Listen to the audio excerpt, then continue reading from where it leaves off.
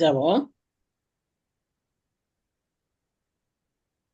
எங்களை அதிகமாய் நேசிக்கிற எங்கள் நல்ல தகப்பனே, இந்த காலை வேளைக்காக, புதிய மாதத்தின் முதல் நாளுக்காக நன்றியோடு நாங்கள் உம்மை துதிக்கிறோம், ஸ்தோத்திரிக்கிறோம். வருஷத்தின் நடுவில் ஆண்டவரே, எங்களை நீர் அழைத்து வந்திருக்கிறீர். 6 மாதங்களை கடந்து வந்த உதவி செய்திருக்கிறீர்.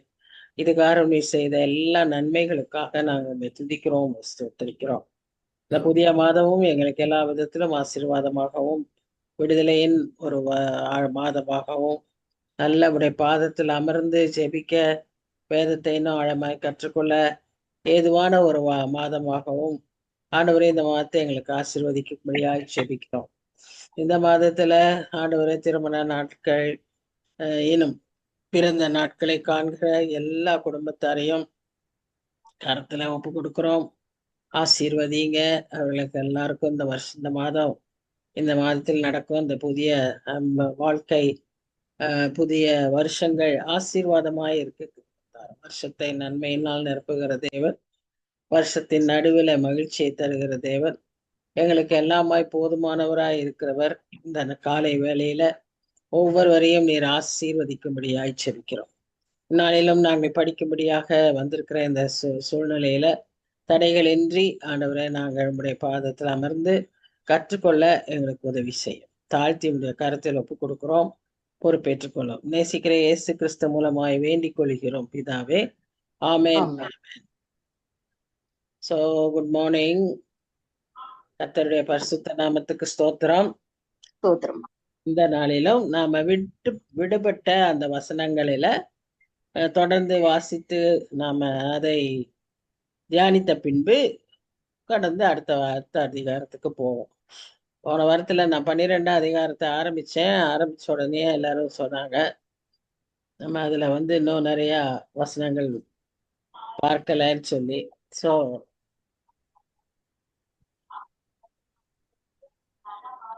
5ஆம் அதிகாரத்திலிருந்து நாம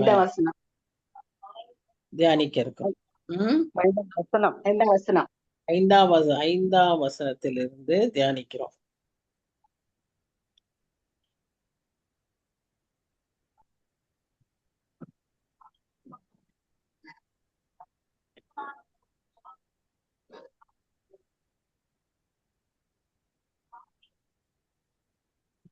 ரெண்டு கப்பிவா டயாஃப்ரி ஜூஸ் இருக்கு.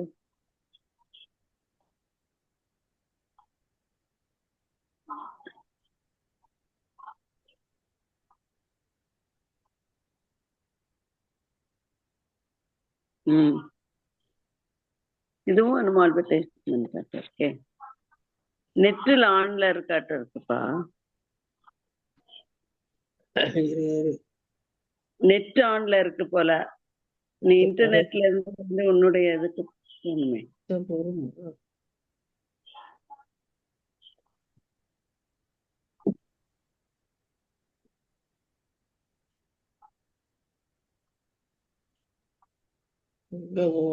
தெரியலையே. பவர் இதுக்கு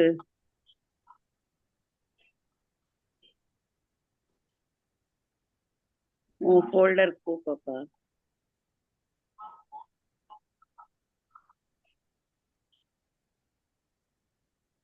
அட்வர்டைஸ்மெண்ட்ஸ் வந்துருச்சு.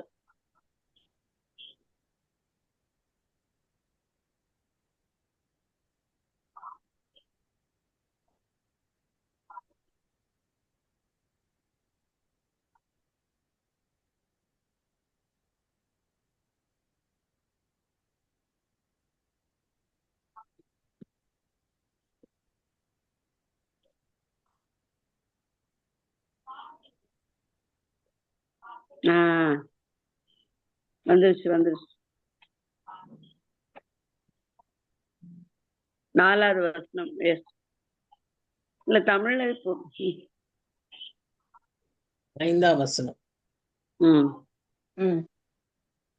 ஜெபம் பண்ணுகிற போதாவது, தீர்க்க தரிசனம் சொல்லுகிற போதாவது, தன் தலையை மூடிக்கொள்ளாதிருக்கிற எந்த ஸ்திரீயும் தன் தலையை கனவீனப்படுத்துகிறாள், அது அவளுக்கு தலை சிறைக்கப்பட்டது போல.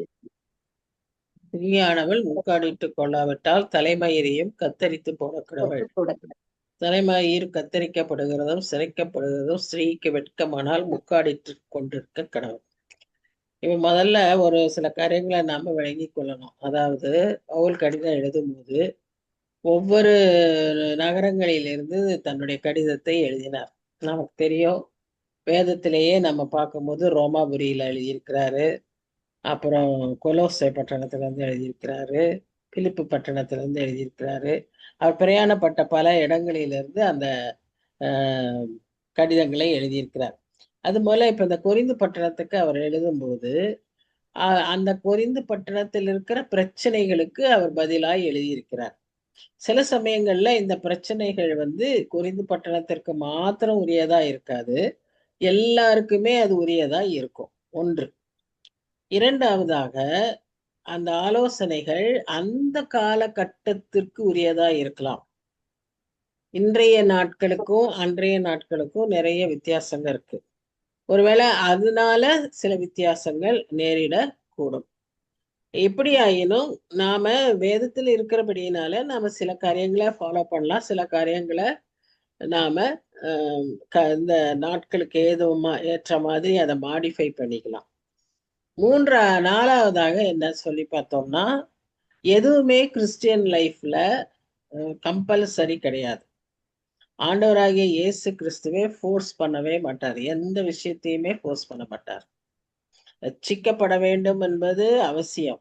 ஆனா நீ ரட்சிக்கப்பட்டிருக்கணும், நீ ரட்சிக்கப்படுன்னு சொல்லி எல்லாம் ஃபோர்ஸ் பண்ண மாட்டார். நீ ஆண்டவர்கிட்ட மனம் திரும்பி வந்தீங்கன்னா அவர் உன்னை மன்னிப்பார். எல்லாமே அவரா திணிக்க மாட்டார். இதுவும் நம்மளுடைய கிறிஸ்தவ லைஃப்ல இருக்கிற முக்கியமான பிரின்சிபிள்ஸ். ஸோ இந்த 4-5 பிரின்சிபிள்ஸை நல்ல மனசுல வச்சுட்டு இப்ப சொல்ற வசனங்களை நம்ம பார்த்தோமானால், இதுல இந்த தலையில முக்காடிடுகிறதை பற்றி ஒரு பிரச்சனையா இருக்கிறத பார்க்கிறோம்.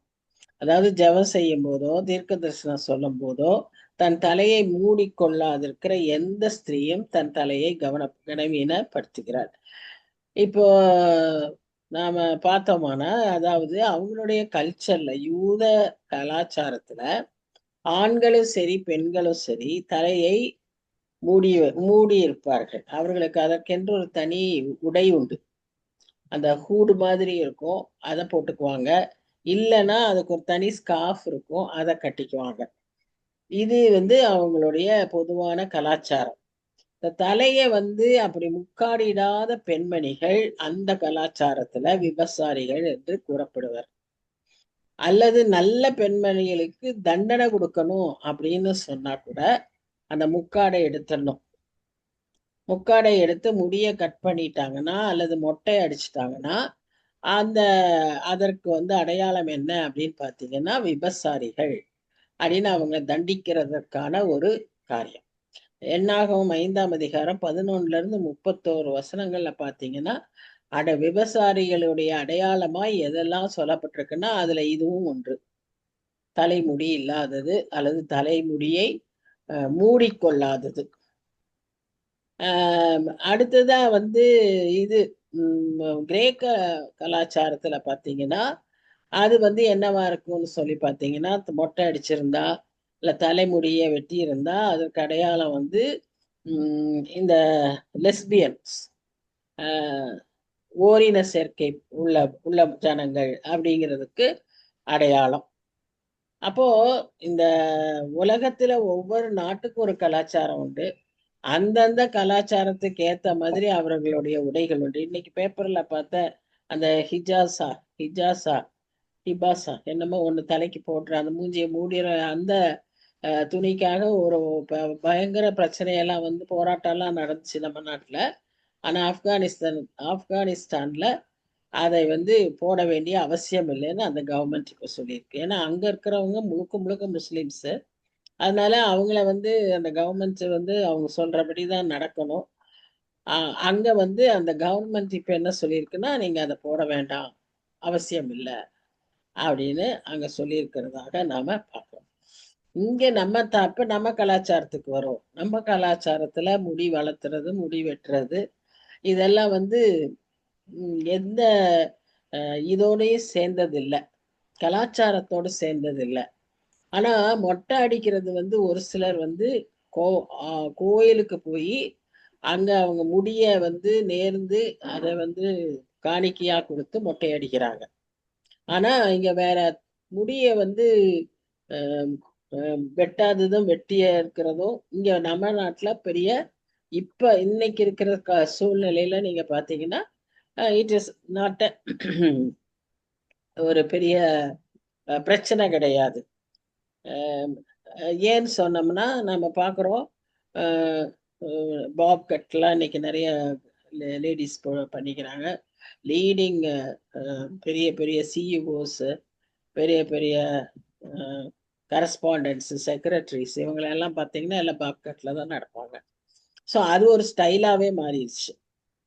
ஸோ இன்றைக்கு வந்து நமக்கு இது வந்து ஒரு பெரிய ப்ராப்ளமா இல்லை. ஆனால் ஜெபிக்கும் போதும் ஆராதிக்கும் போதும் தலையில முடி போட்டு கவர் பண்ணணுமா வேண்டாமா அப்படிங்கிறது ஒரு கேள்வி. இன்னைக்கு உங்களுக்கும் கூட அந்த கேள்வியாய் இருக்கலாம். என்ன சொன்னாங்க அவங்களும் கொஞ்சம் அந்த அன்னைக்கு மட்டும் நேரத்துல போய் கொஞ்சம் சொல்லிட்டீங்க.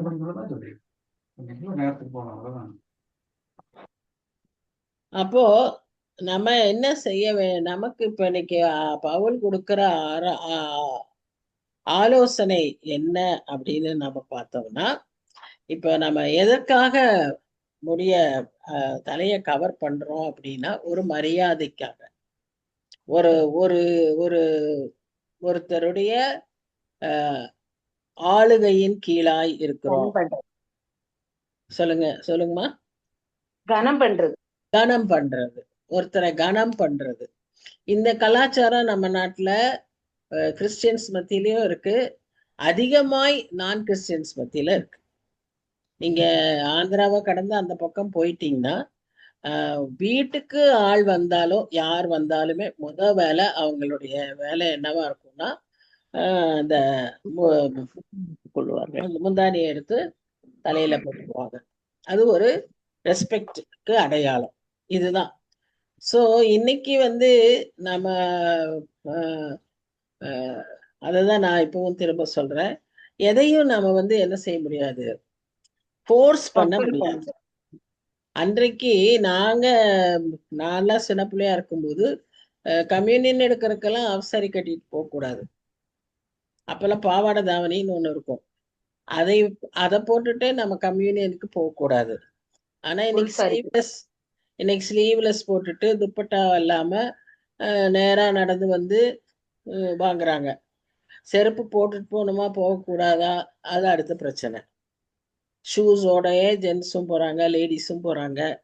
ஸோ இதில் இப்போ இன்னைக்கு வந்து நம்முடைய காலகட்டங்கள்ல எல்லாமே ரொம்ப ஹை லெவல்ல என்ன சொல்றது சொபிஸ்டிகேஷன் வந்துட்டதுனால இன்றைய நாளையில நாம் எதையும் ரொம்ப கம்பல் பண்ண முடியாது. ஆனா அவரவர் மனதிற்கு அது வந்து தெளிவா தெரியும். நம்மளுடைய சிறு வயதிலிருந்தே, அதனாலதான் நம்ம சிறு வயதிலிருந்தே நம்முடைய குழந்தைகளுக்கு இதையெல்லாம் நம்ம பழக்கிடணும்.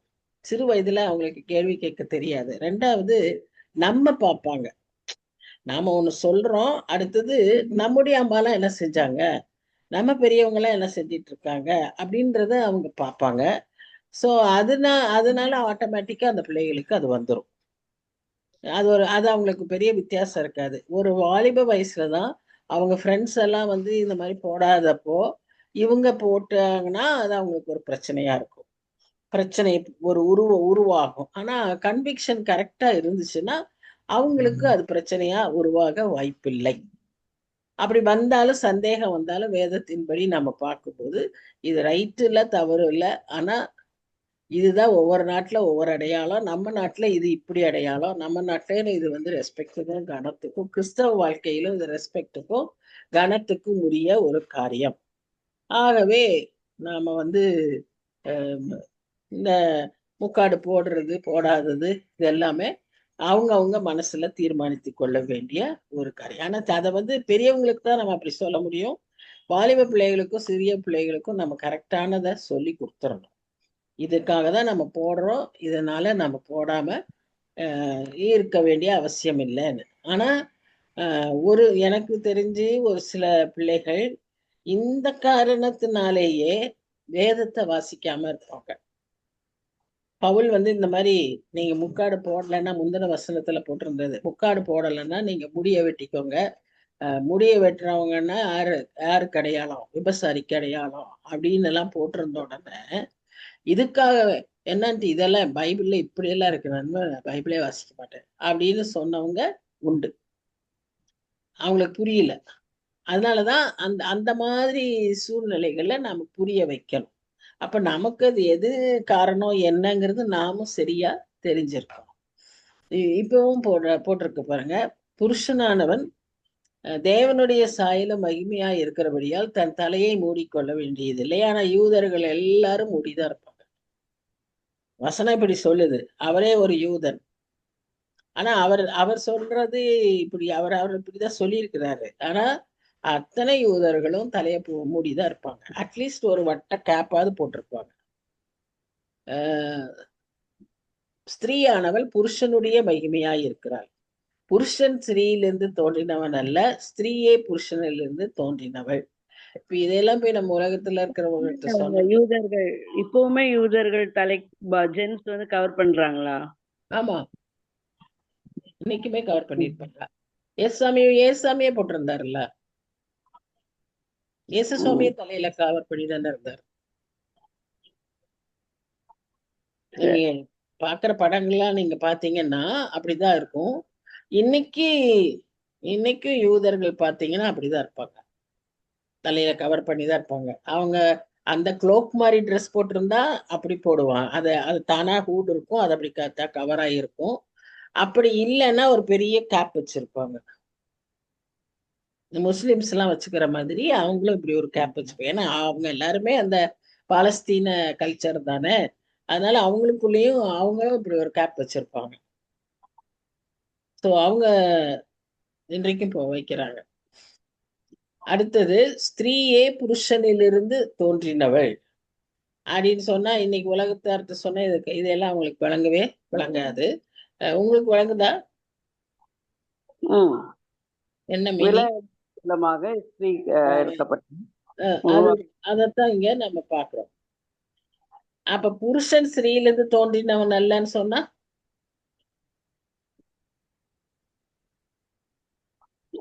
ஆப்போசிட். இந்த இடத்துல அவர் வந்து புருஷன் தான் முதல்ல சிருஷ்டிக்கப்பட்டான்றத வந்து சொல்றாரு. புருஷன் எப்படி சிருஷ்டிக்கப்பட்டாரு? மண்ணுல சிருஷ்டிக்கப்பட்டு ஜீவ சுவாசத்தை அவருக்குள்ளாக ஊதினார். புருஷன் வந்து மண்ணினால் உருவாக்கப்பட்டவர். ஆனால் ஸ்திரீ வந்து எலும்பினால் உருவாக்கப்பட்டவர். ஏன் பெண்கள் ஸ்ட்ராங்கா இருக்காங்கன்னு தெரியுதா? பெண்கள் வந்து பிசிக்கலா ஒருவேளை மசில் பவர்ல நாம ஸ்ட்ராங்கா இருக்க மாட்டோம், ஜென்ஸோட கம்பீட் பண்ண முடியாது. ஆனா பல விஷயங்கள்ல பெண்கள் தான் ஸ்ட்ராங்கா இருப்பாங்க. ஏன்னு சொன்னா அவங்க எலும்பிலிருந்து எடுக்கப்பட்டவர்கள். அடுத்தது, புருஷன் ஸ்திரீக்காக சிருஷ்டிக்கப்பட்டவன் அல்ல. முதல்ல தன்னுடைய சாயல்ல மனுஷனை படைச்சிட்டார். ஆனா அப்புறம் தான் பார்த்தாரு, இந்த மனுஷனுக்கு ஒரு துணை வேணும், ஒரு உதவிக்கு ஆள் வேணும் அப்படிங்கிறதுனாலதான் ஸ்திரீயை படிச்சார். ஸோ பெண்கள் மாடர்ன் கேர்ள்ஸுக்கு வந்து ப்ராப்ளம் என்னன்னா, நாங்க தான் எப்பவுமே எல்லாம் செய்யணுமா, நாங்க ஹெல்ப்ஃபுல்லா இருக்கணுமா. அதுதான் இன்னைக்கு எவ்வளவு தூரத்துக்கு போயிருதுன்னா, பொண்ணு பார்க்கும்போது நாங்க பேசணும்னு சொல்றாங்க. பேசுறதும் சொல்லும்போது கேள்வி கேர்ள் வந்து பாய் கிட்ட கேக்குறாங்க, உனக்கு சமைக்க தெரியுமான்னு. இந்த நிலைமைக்கு தான் இன்னைக்கு இருக்கு. இதுதான் நடைமுறை இன்னைக்கு இருக்கிற காரியங்கள்.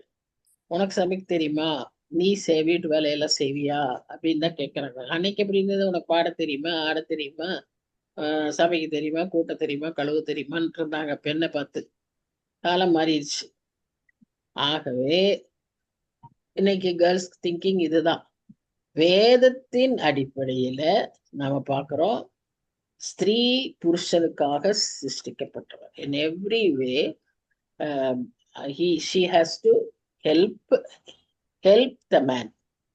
அது அது வந்து இதை செய் அதை செய் அப்படின்னு அதிகாரம் பண்றதுக்காக அல்ல.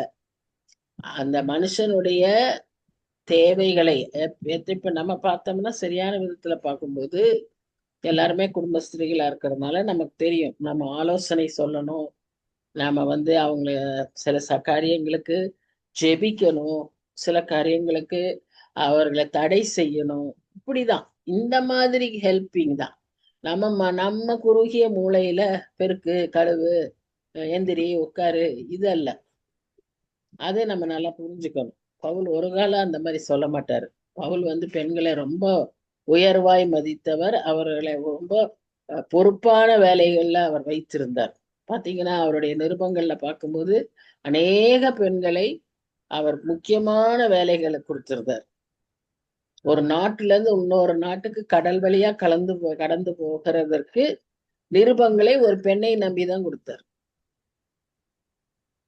சோ அந்த மாதிரி அவர் வந்து பெண்களை ரொம்ப உயர்வாய் மதிக்கிறார். நம்முடைய ஆண்டவராகிய இயேசு கிறிஸ்துவும் அப்படிதான். அவரும் தன்னுடைய ஊழியத்துல பெண்களை அதிகமாய் மதித்து அதிகமாய் அவர்களுக்கு முக்கியத்துவம் கொடுத்து அவர்களை பயன்படுத்தின ஆண்டவர். அதனால சரியா புரிஞ்சுக்கணும், நம்ம சரியா வேதத்தின்படி வாழணும். அடுத்த விஷயம் பாருங்க, தூதர்கள் நிமித்தம் ஸ்திரீயானவள் தலையின் மேல் முக்காடிட்டு கொள்ள வேண்டும். இது என்னங்கிறது நான் கொஞ்சம் விளக்க வேண்டியிருக்கு, சொல்றேன். 3 ரீசன். ஃபர்ஸ்ட் ரீசன் ஏன் நம்ம முக்காடிடணும் அப்படின்னு சொன்னா, ஸ்திரீயானவளுடைய தலையாரு புருஷன், புருஷனுடைய தலையாரு கிறிஸ்து. இதுதான் ஆர்டர். சோ இந்த ஒரு காரணத்துக்காகவே நாம என்ன செய்யணும், அவங்களுடைய அதிகாரத்தை நாம வந்து ரெக்கக்னைஸ் பண்ணி நாம அவர்களுக்கு நம்ம தலையில முக்காடிடணும். அவங்க ரெக்கக்னிஷன், அதாவது அவங்கள மரியாதைக்காக, மேல் ஹெட்ஷிப் உடைய இதுக்காக. அடுத்தது அது சர்ச்சில் மாத்திரம் இல்ல, வீட்டிலேயும் கூட. எத்தனை பேர் வீட்டுல முக்காடு போடுறோம் மனுஷரை பார்த்து? இன்னைக்கு கிடையாது. அதான் நான் சொன்னேன், இதுல சொல்லிக்கிற சில ஆலோசனைகள் அதுல உள்ள கதவு வரமா விரும்ப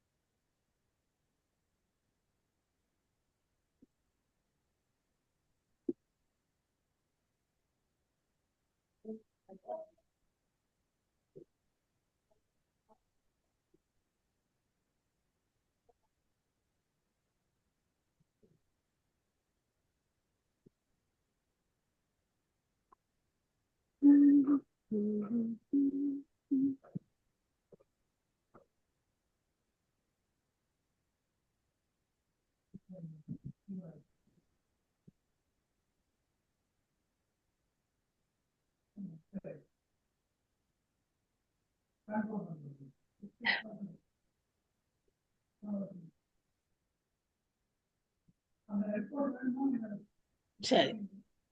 இரண்டாவதாக நம்ம எதற்கு தலையில கவர் பண்ணணும்னு போட்டிருக்குன்னு சொன்னா, மனிதனை முதலாக படைத்து அதற்கு பின்பாக தான் பெண்ணை படைத்தார். அடுத்தது பெண் வந்து மனிதனுக்கு ஹெல்ப்பராக தான் படைக்கப்பட்டால்.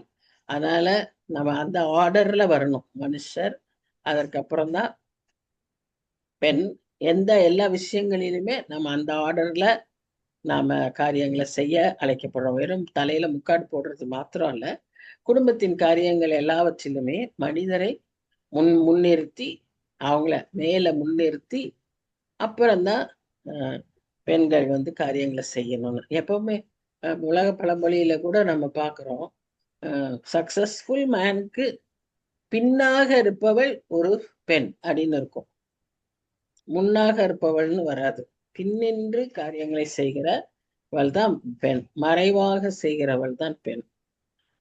மற்ற மனுஷனுடைய வெற்றிக்கு காரணம் பெண் தான். ஆனா அதை முன்னின்று செய்வதை விட பின்னின்று செய்யத்தான் அழைக்கப்பட்டிருக்கிறோம். ரெண்டாவது. மூன்றாவது என்ன அப்படின்னு சொன்னா, நம்ம எல்லா இடத்திலும் ஆராதிக்கிற சூழ்நிலைகள்ல நாம் என்ன செய்கிறோம் என்பதை நம்மளுடைய ஜபங்கள், நம்முடைய கன்ஃபெஷன்ஸ், நம்முடைய கம்யூனியன், நம்முடைய வர்ஷிப் எல்லாவற்றிலுமே நாம் செய்கிற அனைத்து காரியங்களையும் தூதர்கள் மிக உன்னிப்பாய் கவனிக்கிறார்கள்.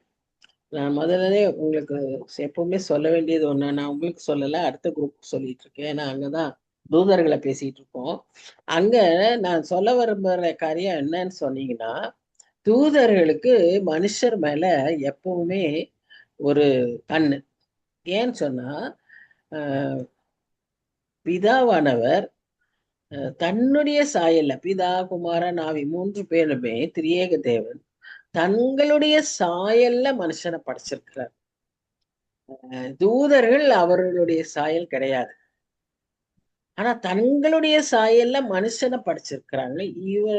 இந்த சிருஷ்டிப்பு, அந்த அந்த சிருஷ்டி என்ன அவ்வளவு விசேஷம், அவருக்கு என்ன, அவங்களுக்கு என்ன அவ்வளவு விசேஷம் அப்படின்னு அவங்களுக்கு ஒரு கண்ணு. அதை பார்த்துக்கிட்டே இருப்பாங்க. இது யாரு, இவங்க என்ன பண்றாங்க. இரண்டாவதாக அவங்கள்ட்ட இன்னொரு காரியமும் பாக்குறோம். அண்ணா அப்படி என்ன அப்படின்னா, தூதர்கள் காட்டிலும் மற்ற கொஞ்சம் கணத்துல குறைவாதான் மனுஷனை படைச்சிருக்காரு. ஆனால் மனுஷனுக்கு சேவை செய்ய தூதர்களை வைத்திருக்கிறார். அழகுல மற்ற காரியங்கள்ல அவங்களுடைய வல்லமை கெப்பாசிட்டிஸ்ல அவங்க இங்கிருந்து பறந்து போய் பூமியில இருந்து பரலோகத்துக்கு போக முடியாது, அதெல்லாம் நம்ம செய்ய முடியாது. அதுல எல்லாம் தூதர்கள் பெரியவர்களா இருக்காங்க. தூதர்களை காட்டிலும் சிறியவர்களா தான் மனுஷனை படைச்சிருக்காங்க. ஆனா மனுஷனுக்கு சேவை செய்ய பணிவிடை ஆவிகளாய் தூதர்களை வைத்திருக்கிறார்கள். அதனாலேயும் தூதர்களுக்கு ஒரு ஆச்சரியம், இவங்க என்ன அவ்வளவு ஸ்பெஷலு, காலு கல்லுப்படாம நான் தான் தூக்கிட்டு போகணும். தூதர்களுக்கு அப்படியெல்லாம் வேலைகள் உண்டு.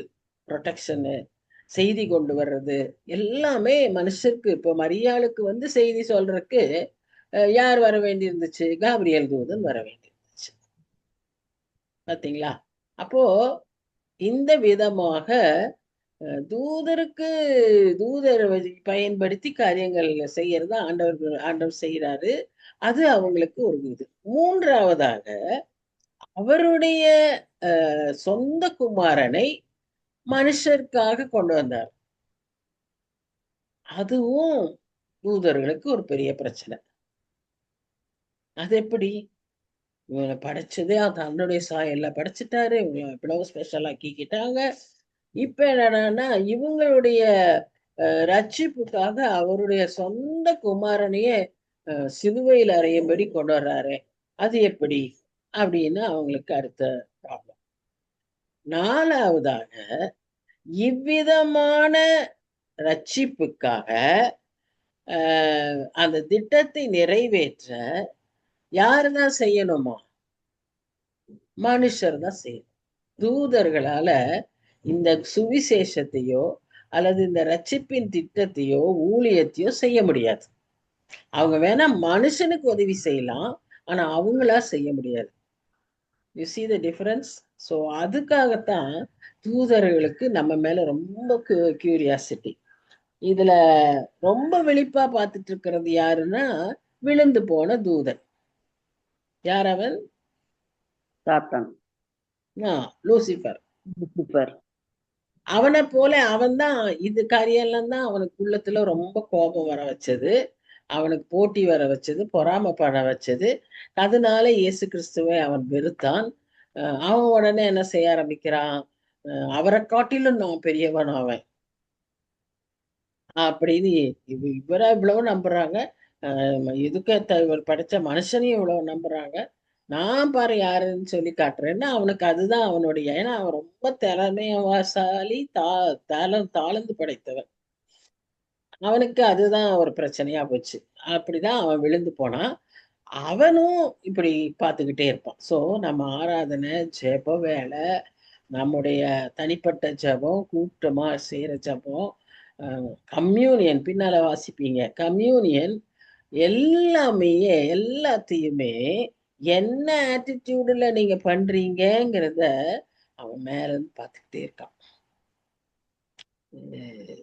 பிதாவானவருடைய கண்கள் செவிகள் திறந்திருக்குன்னு வசனங்கள்ல நம்ம பார்க்கிறோம். கர்த்தருடைய செவி நம்முடைய கூக்குரலுக்கு திறந்திருக்கு. இவங்க கியூரியாசிட்டியில நம்மளை பார்த்துக்கிட்டே இருப்பாங்க.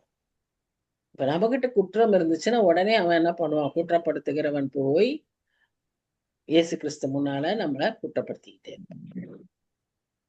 எப்படி அவன் செய்யறான்னு பாருங்க. அதனால தான் இங்க நம்ம என்ன செய்தோம்னா தலையில முக்காடிட வேண்டும். ஏன்னா அது ஒரு பிரச்சனையாய் போயிடக்கூடாது. அத அவன் நம்ம அந்த அந்த அத்தாரிட்டிய நாம கனப்படுத்தல அப்படின்னு சொல்லிடுவாங்க. அப்படின்றதுக்காகவும் அவங்க துக்கப்பட்டுருவாங்க. Angels would be offended. இதற்காக நாம பார்க்கிறோம் இந்த காரியங்களை செய்ய வேண்டும் அப்படின்னு வேதத்துல சொல்லப்பட்டிருக்கிறத பார்க்கிறோம். ஏதாவது சொல்றீங்களா? ஒவ்வொரு ஆராதனையுமே எப்படி இருக்கும்னா ஒரு பெரிய தியேட்டர்ல ஒரு டிராமா நடக்கிற மாதிரி தான். அதுல ஆடியன்ஸ் யாரு அப்படின்னு பாத்தீங்கன்னா தூதர்கள். பிதாவானவர் இருக்காரு, கிறிஸ்துவானவர் இருக்கிறாரு, நாம இருக்கிறோம். நாம நம்மளுடைய பூமியில நம்முடைய பங்குகளை செய்துட்டு இருக்கோம். ஊழியம் செஞ்சாலும் சரி, பாடுபட்டாலும் சரி, அடி வாங்கினாலும், அவமானப்பட்டாலும், வெட்கப்பட்டாலும், தோற்று போனாலும், இல்ல நாமளே என்ன செய்யறோம்? தூஷித்தாலும் அல்லது காட்டி கொடுத்தாலும், பேதுருவ மாதிரி மறுதளித்தாலும், எல்லாவற்றையும் அந்த நாம உட்கார்ந்து சினிமா தியேட்டர்ல சீட்ல உட்கார்ந்து சினிமா பாக்குற மாதிரி, டிராமா மேடையில நடிக்கிறத உட்கார்ந்து வேடிக்கை பாக்குற மாதிரி ஆடியன்ஸா தூதர்கள் தான் உட்கார்ந்துருக்காங்க. அதனாலதான் அதெல்லாம் ரெக்கார்ட் பண்ணிக்கிட்டே இருக்காங்க. அங்க போகும்போது நம்ம பேர் இருக்கணும், நம்ம நம்ம செய்ததுக்கெல்லாம் அங்க எழுதப்பட்டிருக்கோம். யார் எழுதிட்டு இருப்பாங்க? இவங்க எல்லாம் தான் எழுதிட்டு இருப்பாங்க. Multi number of angels for the multi number of people. அப்ப எல்லாருக்கும் தான் அங்க ரெக்கார்ட் ஆகிக்கிட்டே இருக்கும். அப்பதான் அவன் செய்த கிரியைக்கு தக்கதாக இவங்க உடனே ரிப்போர்ட் எடுத்து கொடுப்பாங்க.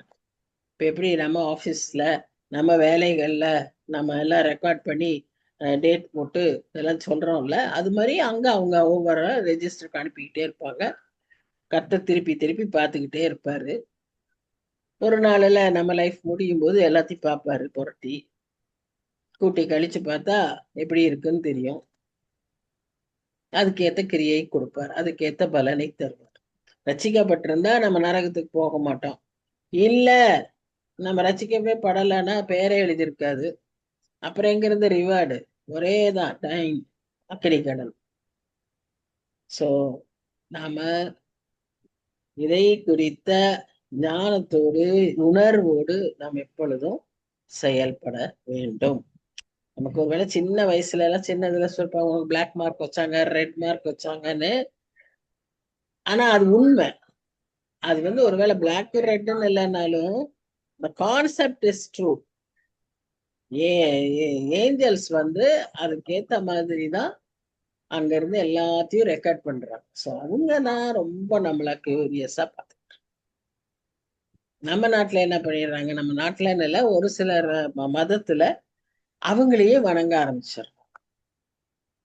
வேதத்திலேயே 2-3 இடத்துல வாசிக்கிறோம், என்ன வணங்காதீங்க, நானும் உங்களை போன்றவங்க தான் அவங்க சொல்லுவாங்க. நீங்க கிறிஸ்துவதான் வணங்கணும், என்ன வணங்கக்கூடாதுன்னே சொல்லியிருக்கிறாங்க. ஆனா ஏஞ்சல்ஸே வணங்குறவங்க இருக்காங்க. அதுக்கு பெரிய பெரிய ஆலயங்களை கட்டி வச்சு வணங்குறாங்க. அறியாமை. சிலதெல்லாம் மறைக்கப்பட்டிருக்கு. நமக்கு வெளிச்சம் இருக்கா? நன்றி சொல்லுவோம். அவங்கள குற்றப்படுத்துறதை விட நமக்கு இருக்கிற வெளிச்சத்தை நம்ம சரியா பயன்படுத்தணும். 11ஆம் வசனம், ஆகிலும் கர்த்தருக்குள் ஸ்திரீ இல்லாமல் புருஷன் இல்லை, புருஷன் இல்லாமல் ஸ்திரீயும் இல்லை. ஸ்திரீயானவள் புருஷனிலிருந்து தோன்றுகிறது போல புருஷனும் ஸ்திரீயினால் தோன்றுகிறான். சகலமும் தேவனால் உண்டாயிருக்கிறது. இதுல யார் பெருசு? நீ தான், நான் தான், உன்னை, நீ இல்லைன்னா கோழியில இருந்து முட்டையா, முட்டையில இருந்து கோழியா? பொழுதுபோக்குறதுக்கான கேள்விகள் அதெல்லாம் இல்லை இங்க. அதெல்லாம் முக்கியம் இல்லை. It's a partnership. அதுதான் நாம புரிஞ்சுக்கணும். கோஆபரேட்டிவா, பார்ட்னர்ஷிப்பா இந்த காரியங்களை செய்ய அழைக்கப்பட்டிருக்கிறோம். ஸோ இங்க நம்ம பாக்குறது என்னன்னு சொன்னா, எல்லாமே சகலமும் தேவனால் உண்டாயிருக்கு. அதுதான் நாம புரிஞ்சுக்கணும். எல்லாவற்றையும் உண்டாக்கினவர், எல்லாவற்றிலும் எல்லாமாய் இருக்கிறவர் அவர்தான் இருக்கிறார். Is the substance. எல்லாவற்றையும் எல்லாவற்றாலும் நிரப்புகிறவர். வசனம் தானே இதெல்லாம். அப்போ இதெல்லாம் அவருடைய குணாதிசயங்கள், அவருடைய செயல்பாடுகள். அப்ப அப்படிப்பட்ட ஆண்டவரை நாம் தெய்வமாய் கொண்டிருக்கிறபடியால் நாம் அவருக்கு கொடுக்க வேண்டிய கனத்தையும் மரியாதையும் நாம் கொடுக்கணும். அதே போல நாமும் அப்படிப்பட்டவர்களாய் நடந்தும் கொள்ள வேண்டும். இது அங்க 13ஆம் வசனத்துல போட்டிருக்காங்க பாருங்க. மூடிக்கொள்ளாமல் இருக்கிறது லட்சணமாய் இருக்குமோ என்று உங்களுக்குள்ளே நிதானித்துக் கொள்ளுங்கள். நீங்க தான் நிதானிச்சுக்கணும். நாம ஒண்ணுமே செய்ய முடியாது. நான் சொன்னேன்ல, பாவாடை தாவணி கட்டிட்டு போனா போகக்கூடாது. அப்படி யாராவது வந்துட்டு அங்க சண்டே கிளாஸ் ஆண்டி உட்காந்துருப்பாங்க ஒரு பெரிய கொடை வச்சுட்டு. அந்த கொடைய வச்சே அந்த கையை பிடிச்சி இழுத்துருவாங்க லைன்ல. நம்ம கம்யூனியனுக்கு நிற்கும் போது, நீ இன்னைக்கு போய் எடுக்கக்கூடாது, நீ இந்த ட்ரெஸ்ல போகக்கூடாது அப்படி சொல்ல. அதுக்கு சொன்ன ஒரு காலம் உண்டு, அதை கேட்ட ஒரு காலம் உண்டு. யாரும் சண்டே கிளாஸ் ஆண்டி வேண்டாம், எங்களுக்கு வேண்டான்னு கம்ப்ளைண்ட் பண்ணதில்லை. சண்டே கிளாஸ் ஆண்டி மேல கொடியை தூக்கிட்டு நிக்கல. ஆனா இன்று அப்படி செய்ய முடியாது. இன்றைக்கு நாம ஆலோசனையா தான் சொல்ல முடியும். அதோட நம்ம ஃபோர்ஸ் பண்ண முடியாது. நீங்க யார் அதை சொல்றதுக்குன்னு வாங்க. எங்களுக்கு காலேஜ்ல பேரண்ட்ஸே சொல்லுவாங்க, see you are a teacher, you have to teach the lesson. பாடம் தான் நீ சொல்லி கொடுக்கணும். அதை விட்டுட்டு நீ இங்க சட்டை போடாத, அப்படி போடாத, பனியன் போடாத, டிஷர்ட் போடாதன்னெல்லாம் நீ சொல்லக்கூடாது அப்படின்னு சொல்லுவாங்க. பேரண்ட்ஸே வந்து சொல்லுவாங்க. அப்புறம் நாங்க பேரண்ட்ஸுக்கு கிளாஸ் எடுக்கிறோம். இந்த இன்ஸ்டிடியூஷன்ல இப்படிதான் ரூல்ஸ், இதான் dress rules, dress code, calendar கொடுத்தமே படிக்கலையா அப்படின்னு அதை சொல்லி அவங்களுக்கு விளக்கி, இது உங்களுக்கே பாதிப்புன்னு எல்லாம் சொல்லி அப்புறம்தான். ஏன்னா அவங்களுக்கு பணம் இருக்கு, அவங்களுக்கு இதுக்கெல்லாம் நேரமே இல்லை. அவங்கள கூப்பிட்டாலே அவங்களுக்கு கோபம் வரும். எனக்கே வேலையே இல்லை, எனக்கே டைமே இல்லை, நீ என்னைய வந்து டிஸ்டர்ப் பண்றன்னு. இதுல என்ன என் பிள்ளைய பத்தி சொல்றதுக்காக எதுக்கு கூப்பிடுறேன்? தட் இஸ் அவளுடைய இண்டிவிஜுவாலிட்டி அப்படின்னு. அப்ப அந்த காலத்திலேயே, இதெல்லாம் 10 இயர்ஸ்க்கு முன்னால சொல்றேன் நான்.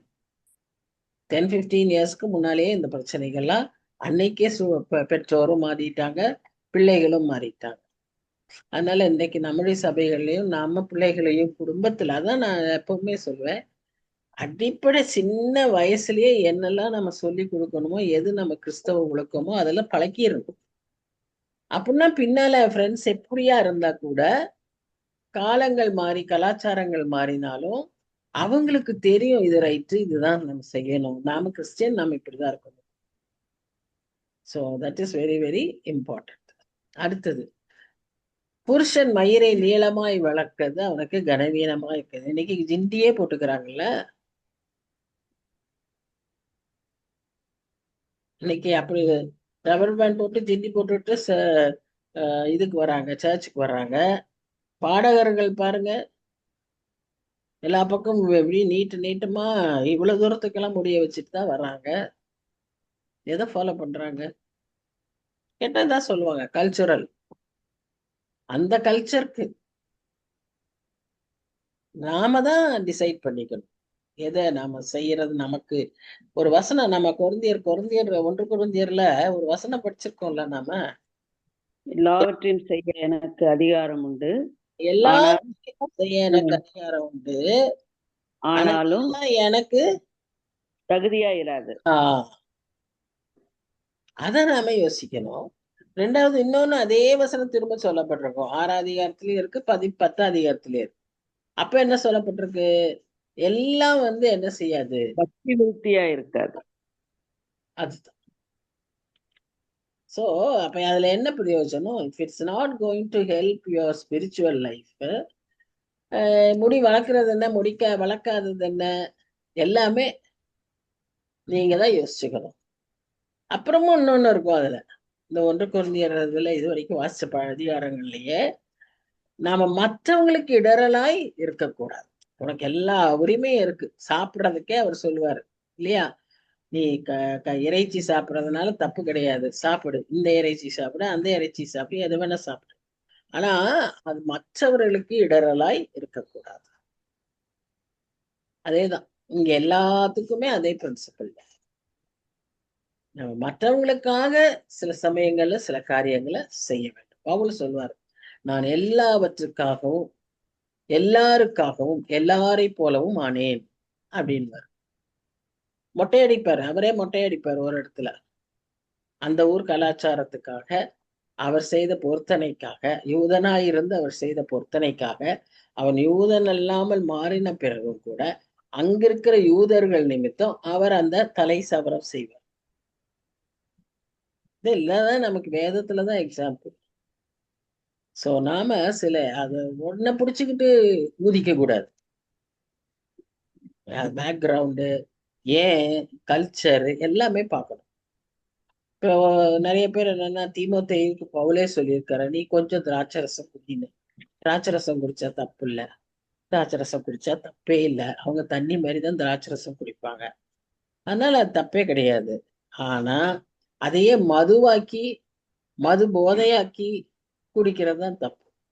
நீ திராட்சரசம் குடி, நல்லாவே குடி, தப்பு இல்லை. சோ இதெல்லாம் தான் நமக்கு அந்த we must have that maturity.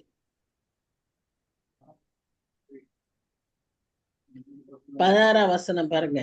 ஆகிலும் ஒருவன் வாக்குவாதம் செய்ய மனதாயிருந்தார், எங்களுக்கும் தேவனுடைய சபைகளுக்கும் அப்படிப்பட்ட வழக்கம் இல்லை என்று அறிய கடவர். பாருங்க எவ்வளவு கிளியரா பவுலு சொல்லிட்டாரு, எங்களுக்கு அந்த வழக்கம் இல்லைன்னு.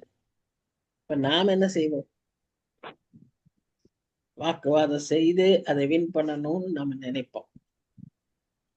அது தவறு. ஏன்னா இவரே தீமோத்தேயுக்கு சொல்லும்போது கிளியரா சொல்லியிருக்கிறார், ஒருவனை நீ வாக்குவாதத்தால வெல்லவே முடியாது. வாக்குவாதம் செய்ய வரவன் எப்படிப்பட்டவனா இருப்பான்? திறமை உள்ளவனா இருப்பான். அவனை வாக்குவாதத்தால நீ பேசி வெல்ல முடியாது. அன்பினால் தான் நீ வெல்ல முடியும், உன் சாட்சியினால் தான் நீ வெல்ல முடியும். உன் வாழ்க்கைய பார்த்து அவன் சொல்றான், ஆனா அதே மாதிரிதான் இருக்கான் அப்படின்னு அவங்க நினைக்கிற மாதிரி நாம நடக்கும். அதை விட்டு நாம ஒரு மாதிரி அது ஒரு மாதிரி இருந்துட்டு அப்புறம் வாக்குவாதம் மாத்திரம் பண்ணான்னா என்ன ஆகிறது? பிரயோஜனமே கிடையாது. அதனால நம்ம வாக்குவாதம் பண்ணவே கூடாது. பாருங்க தலையில எல்லாம் போட்டிருக்கிறாங்க அவங்க எல்லாருமே, அவங்க இதுல தலையில போட்டிருப்பாங்க. பொதுவா ஷார்ட் ஹேர் தான் மென்னுக்கு அழகு, லாங் ஹேர் மென்னுக்கு டிஸ்ஆனர். ஆனா அவர்களும் அந்த நான் தான் சொன்னேன், இப்பவுமே இன்றைய காலகட்டத்துல சரி அன்றைய காலகட்டத்திலேயே சரி நிறைய பேர் அப்படியெல்லாம் வச்சிருந்தாங்க, முடி வளர்த்திருந்தாங்க. சரி 17, உங்களை புகழாமல் இதை குறித்து உங்களுக்கு கட்டளை கொடுக்கிறேன், நீங்கள் கூடி வருதல் நன்மைக்கு ஏதுவாய் இராமல் தீமைக்கு ஏதுவாய் இருக்கிறது. இது ஒரு அடுத்த ப்ராப்ளம். சபை கூடி வருகிறதும் ஜனங்கள் விசுவாசிகள் கூடி வருகிறதும் மிகுந்த ஆசீர்வாதம். குடும்பம் மாட்டோம். நேற்று கூட எங்களுக்கெல்லாம் கடந்த பாஸ்ட் 2 days எங்களுக்கு நல்ல ஃபேமிலி ஃபெலோஷிப் இருந்துச்சு. ஒரு மனசுல நல்ல ஒரு சமாதானம், ஒரு திருப்தி, சந்தோஷம் இதெல்லாம் இருந்துச்சு. ஏன்னா நம்ம குடும்பமா ஒன்னா கூடி இருக்கும்போது you get that presence, God's presence is there. கர்த்தருடைய பிரசன்னம் அதுல நடுவுல இருந்துச்சு, நல்ல சந்தோஷமா இருந்துச்சு. இல்லாம ஏதோ சண்டை பிரச்சனை எதுவும் இல்லை, நல்லா இருந்தது. அப்போ அது மாதிரி நம்ம எங்க கூடி வந்தாலும் சரி, 2 பேர் 3 பேர் கூடி இருந்தா கூட நம்முடைய ஆண்டவருக்கு அது ஒரு விசேஷமான காரியம். ஏன்னு சொன்னா, நான் நடுவுல இருப்பேன். என் நாமத்துல நீங்க கூடி இருந்தீங்கன்னா நானும் வந்து உங்களோட ஜாயின் பண்ணிக்குவேங்கிறாரு. அன்னைக்கு எம்மாவூர் சீஷர்கள் 2 பேர் போனாங்க, அவங்களோட போய் அவர் ஜாயின் பண்ணிட்டார். அவருக்கு அது ரொம்ப பிடிக்கும். நம்முடைய ஆண்டவர் அப்படி ரிலேஷன்ஷிப் காட், அவர் ஃபெலோஷிப் காட். அது மாதிரி நம்மையும் அப்படிதான் இருக்கணும்னு விரும்புவாரு.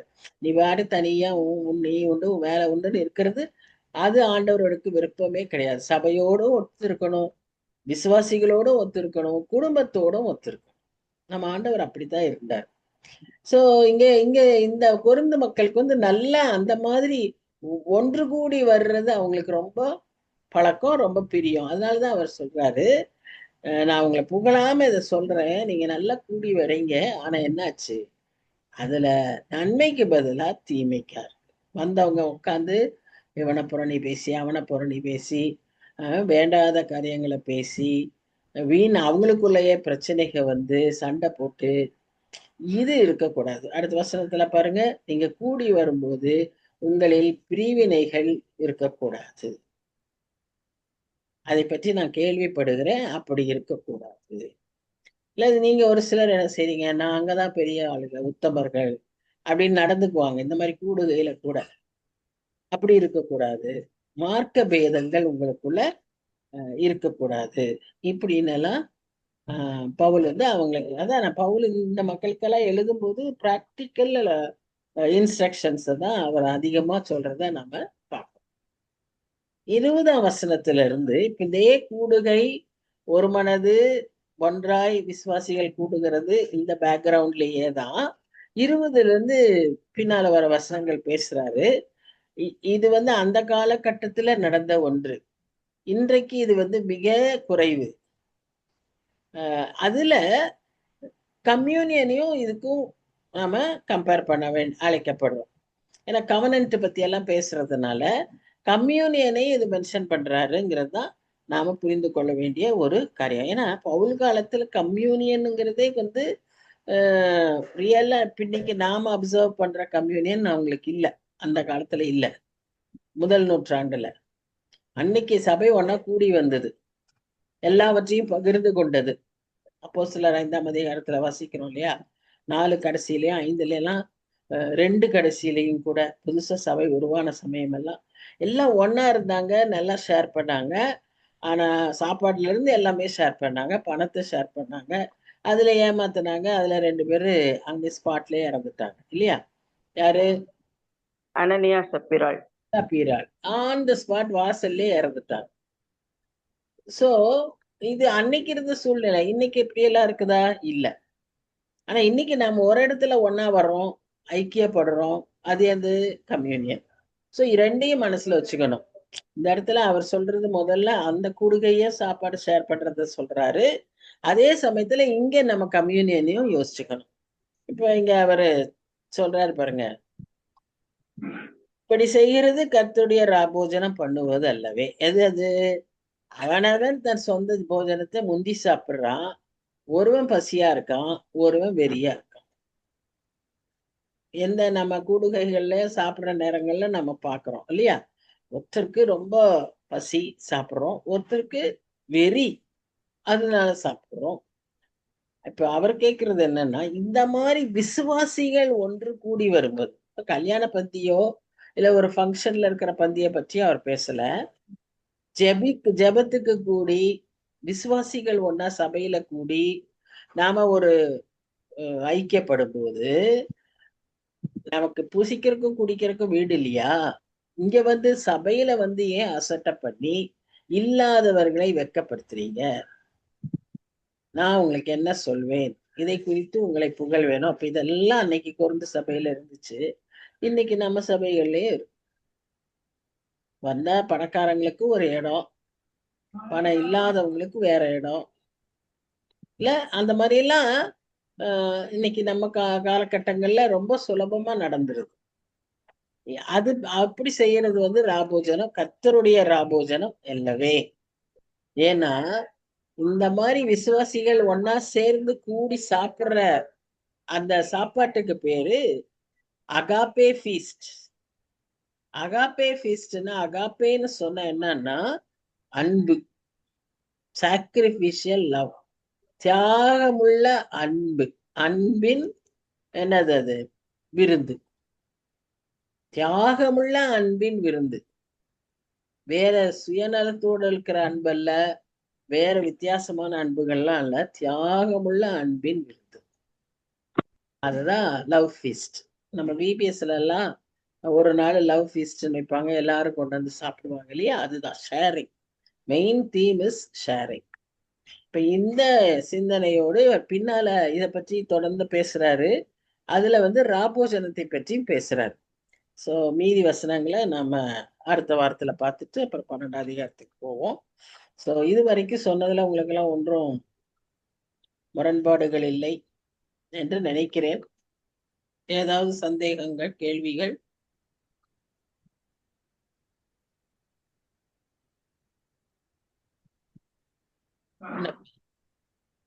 இருக்கா இல்லையா? இல்ல, இப்ப இல்ல. விஜயா? இல்லைங்க ஆண்டி, சொல்லுங்க. எல்லாம் புரிஞ்சுச்சுங்க. புரிஞ்சது. சரி. இல்ல சந்தேகங்க இல்லையே இதுல? உங்களுக்கு கேள்விகள் எதுவும் இல்லையே? இல்லைங்க ஆண்டி. சரி. ஏன்னு சொன்னா இந்த பாட இதெல்லாம் கொஞ்சம் சிலருக்கு சந்தேகங்கள் வரும்.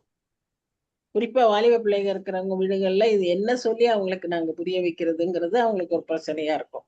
அதான் கேட்டேன். இந்த மாதிரி காரியங்கள்லாம் நாம வேதத்தின் ஆண்டி, எப்படி சொல்லி புரிய வைக்கிறது பிள்ளைங்களுக்குங்கிறது அது உண்மைதாங்க.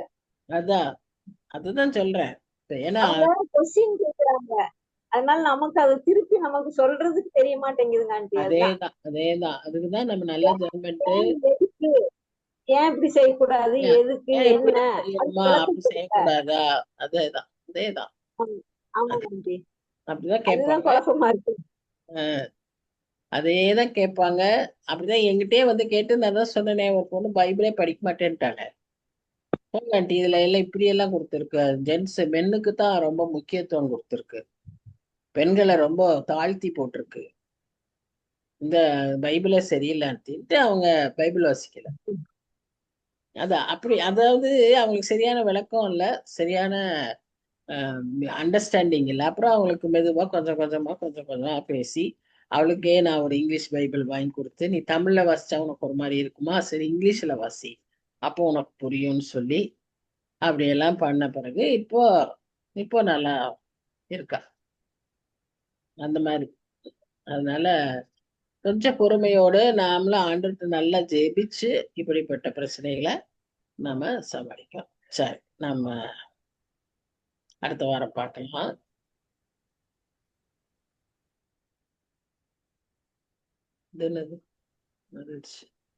சரி, ஜெபிப்போம். நல்ல தகப்பனே, நன்றி செலுத்துகிறோம். இந்த வேலைக்காக உண்மை துதிக்கிறோம் ஆண்டவரே. ஒரு கிறிஸ்தவ வாழ்க்கையில நாங்க எப்படி இருக்கணும், நாங்க எப்படி முன்மாதிரிகளா இருக்கணும், நாங்கள் கற்றுக்கொண்ட அந்த சிறு வயதுல கற்றுக்கொண்ட ஆவிக்குரிய பாடங்கள், இவைகளுக்காகலாம் நாங்க நன்றி செலுத்துகிறோம் சுவாமி. இன்றைய நாளிலும் விஜயா சொன்னது போல இன்றைக்கும் ஆண்டவரே வாலிபர்கள் மத்தியில பெரிய கேள்வியாக, பெரிய பிரச்சனைகளாக கிறிஸ்தவங்களாய் வாழ்றது ரொம்ப கடினமான ஒரு சூழ்நிலையா இருக்கக்கூடிய நாட்கள்ல அது எவ்வளவு எளிதாக, எவ்வளவு அன்போடு, எவ்வளவு ஒரு பிரியத்தோடு வாழ முடியும் என்பதை நாங்க வாழ்ந்து காட்டவும், ஆண்டவரே நாங்க மற்றவர்களுக்கு சொல்லவும், அதன் மூலமாய் அவர்களும் கற்றுக்கொள்ளவும் நிற்கிற தருபடியாக ஜெபிக்கிறோம். எல்லாருக்கும் உள்ள சேலஞ்ச் தான் சுவாமி. ஒவ்வொரு பிள்ளைக்கும் இந்த கேள்விகள் உண்டு, ஒவ்வொரு பிள்ளைக்கும் மனசுல எத்தனையோ சந்தேகங்கள் உண்டு. அவைகளை நாங்க சரியான விதத்துல அணுக, தீர்க்க வேண்டிய ஞானம், பொறுமை இவைகளை எங்களுக்கு தாரும். எதையும் நீரே போர்ஸ் பண்றதில்ல சுவாமி. அதனால நாங்க கூட அதை கற்றுக்கொள்ள உதவி செய்யும். அதே சமயத்துல சரின்றத ஃபேர்மா இருக்கிறதுக்கு உதவி செய்யும் சுவாமி. எங்களுக்கு இது ரெண்டுக்கும் உள்ள வித்தியாசத்தை நீர் தான் எங்களுக்கு சொல்லி தரணும். எப்படி நாங்க சிலவற்றை உறுதியாய் சொல்லணும், எப்படி சிலவற்றை நாங்க நிர்பந்திக்காமல் இருக்கணும், இதையெல்லாம் நீர் தான் எங்களுக்கு கற்றுத்தரணும் சுவாமி. எங்களுக்கு கற்றுத்தாங்க. பிள்ளைகளை வளர்க்குறதுல, மற்ற சபையில பெரியவங்களுக்கு மற்றவர்களுக்கும் ஆலோசனை சொல்றதுல, இதுல எல்லாம் எங்களுக்கு வேண்டிய ஞானத்தை நீர் தரும்படியாய் உம்மை நோக்கி நாங்கள் ஜெபிக்கிறோம். நன்றியோடு எங்களை தாழ்த்தி ஒப்பு கொடுக்கிறோம் சுவாமி. நீர் பொறுப்பேற்றுக் கொள்ளுங்க, வழி நடத்துங்க, வந்திருக்க ஒவ்வொருவரையும் ஆசீர்வதிங்க. குடும்ப சூழ்நிலைகளை எல்லாம் நீர் பொறுப்பேற்றுக் கொள்ளுங்க, தேவைகளை சந்திங்க. ஆண்டவரே, நீர் எல்லாவற்றுக்கும் எல்லாமா இருந்து எங்களை ஆசீர்வதிக்குமா ஜெபிக்கிறோம். புதிய மாதம் எங்கள் ஒவ்வொருவருக்கும் ஒரு எதிர்பார்ப்போடு, ஒரு பெரிய விடுதலையோடு, ஆசீர்வாதத்தோடு காத்திருக்கிறோம் சுவாமி. நிறைவாக்கி தரும்படியாய் ஜெபிக்கிறோம். தாழ்த்தி ஒப்பு கொடுக்கிறோம், பொறுப்பேற்று நேசிக்கிற இயேசு கிறிஸ்து மூலமாய் வேண்டிக் கொள்கிறோம் பிதாவே. ஆமேன், ஆமேன். So thank you everyone. God bless you. God bless you. Thank you so much. ஏன் இப்படி இது போட்டிருக்கீங்க வீட்லயே உள்ளாய்